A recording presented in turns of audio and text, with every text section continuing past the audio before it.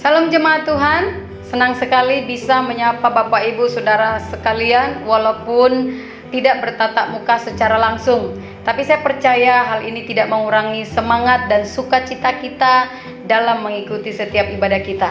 Nah Bapak Ibu, sebelum kita mendengarkan kebenaran firman Tuhan, mari sama-sama kita menundukkan kepala kita berdoa. Bapa di surga, kami sungguh mengucap syukur karena kasih kemurahan Tuhan. Kami boleh ada sampai saat ini Tuhan. Kami sehat, kami kuat. Semua oleh karena Tuhan. Semua karena kasih dan anugerah-Mu dalam hidup kami Bapa. Terutama di masa-masa sukar ini Tuhan. Kami bisa ada di masa sekarang Tuhan. Kami percaya itu karena pertolongan Tuhan. Saat ini Tuhan kami akan belajar akan kebenaran firman Tuhan. Biarlah Engkau yang beracara. Firman-Mu boleh berbicara kepada kami secara pribadi, sehingga setiap kami boleh diperlengkapi, dikuatkan dan dikokohkan di dalam iman kepada-Mu Tuhan. Terima kasih Bapa di surga, kami buka hati kami buka telinga rohani kami secara luas kepada Roh Kudus untuk bekerja lewat kebenaran firman-Mu. Dalam nama Yesus kami sudah berdoa dan mengucap syukur. Haleluya, amin. Nah saudara, pagi hari ini kita akan belajar kembali dari kebenaran firman Tuhan di kitab Efesus. Nah, kitab ini saudaraku ditulis oleh Rasul Paulus ketika Rasul Paulus berada di penjara di Roma. Nah, pada masa itu Rasul Paulus mengingatkan jemaat di Efesus supaya kuat di dalam Tuhan, supaya jangan tergoda oleh apa yang terjadi di sekelilingnya, supaya berhati-hati dan waspada atas segala tipu daya iblis yang saat itu gencar menjatuhkan iman percaya jemaat yang ada di Efesus. Jadi hari ini kita akan belajar dari kitab Efesus pasal 6 ayat 10 sampai 13. Efesus 6 ayat 10 sampai 13. Akhirnya hendaklah kamu kuat di dalam Tuhan, di dalam kekuatan kuasa-Nya. Kenakanlah seluruh perlengkapan senjata Allah supaya kamu dapat bertahan melawan tipu muslihat iblis. Karena perjuangan kita bukanlah melawan darah dan daging, tetapi melawan pemerintah-pemerintah, melawan penguasa-penguasa, melawan penghulu dunia yang gelap ini, melawan roh-roh jahat di udara. Bapak Ibu, satu hal yang harus kita tahu dalam kehidupan kita sebagai orang percaya, yaitu bahwa kehidupan kita adalah peperangan rohani setiap hari. Setiap hari kita diperhadapkan dengan peperangan roh. Kita mempunyai musuh yang tidak terlihat, musuh yang lihai, yang berpengalaman ribuan tahun menjatuhkan anak-anak Tuhan. Nah, bisa kita bayangkan bagaimana kita berperang melawan musuh yang tidak kelihatan. Kira-kira apa yang terjadi ketika kita berperang dengan musuh yang tidak kelihatan, dengan kekuatan yang lebih daripada kita, dan kita tidak punya senjata apa-apa, tidak punya kekuatan apa-apa? Kira-kira apa yang akan kita alami Bapak Ibu? Dan untuk memahami hal ini lebih dalam, mari kita saksikan video ilustrasi berikut.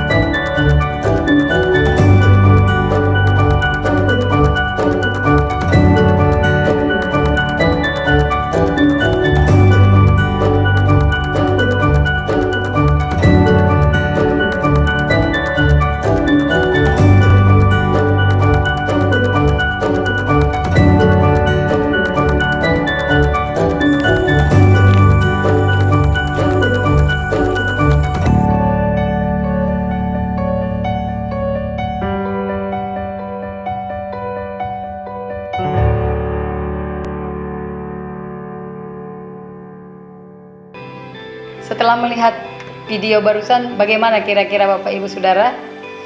Bagaimana seseorang yang berperang tanpa tahu siapa yang sedang diperanginya, di mana musuhnya, kira-kira apa yang terjadi Bapak Ibu?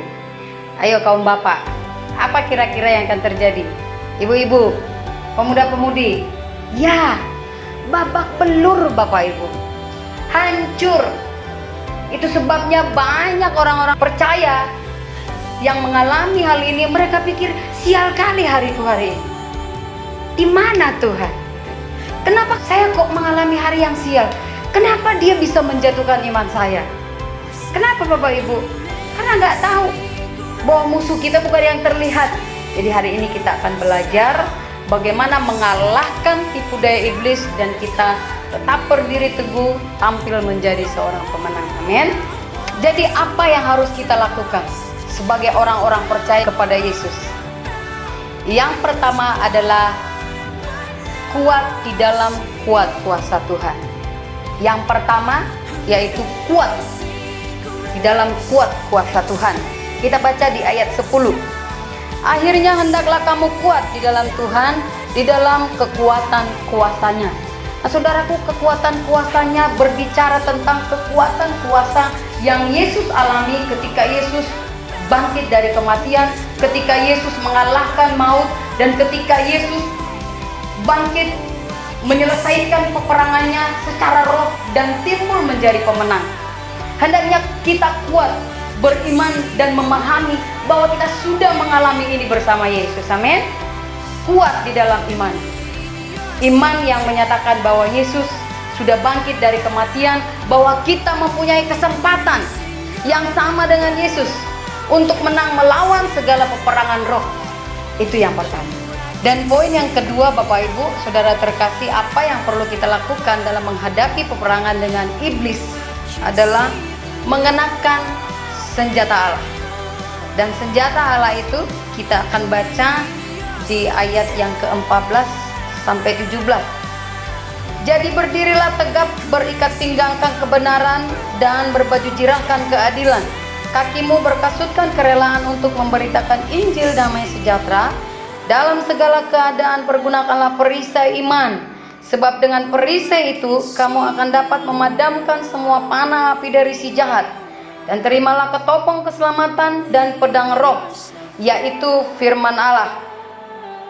Nah saudaraku, kalau kita baca dari ayat 14 sampai ayat 17, ada 6 jenis senjata Allah yang dituliskan di sini yang dikaitkan dengan kehidupan pada masa itu, yaitu ikat pinggang kebenaran, baju zirah keadilan, kasut kerelaan untuk memberitakan Injil damai sejahtera, perisai iman, ketopong keselamatan, dan yang keenam pedang roh.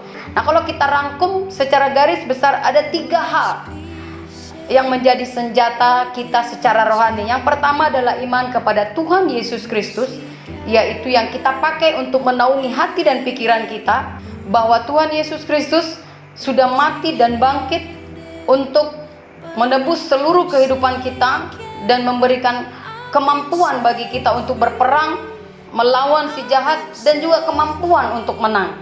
Sedangkan yang kedua adalah firman Tuhan. Firman Tuhan seperti yang dijelaskan tadi, berikat pinggangkan kebenaran. Firman Tuhan akan kita gunakan ketika iblis membuat tipuan-tipuan yang membuat kita ragu, yang membuat kita merasa kadang-kadang goyah atas setiap godaan-godaan kedagingan, godaan-godaan yang menggoyahkan iman percaya kita.